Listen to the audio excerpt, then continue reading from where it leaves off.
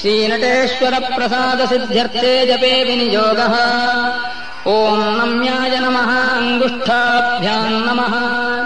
ॐ स्वाहा नमः तर्जनीभ्याम् स्वाहा।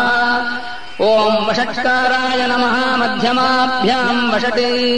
ॐ हुङ्काराय नमः अनामिकाभ्याम् हुम्।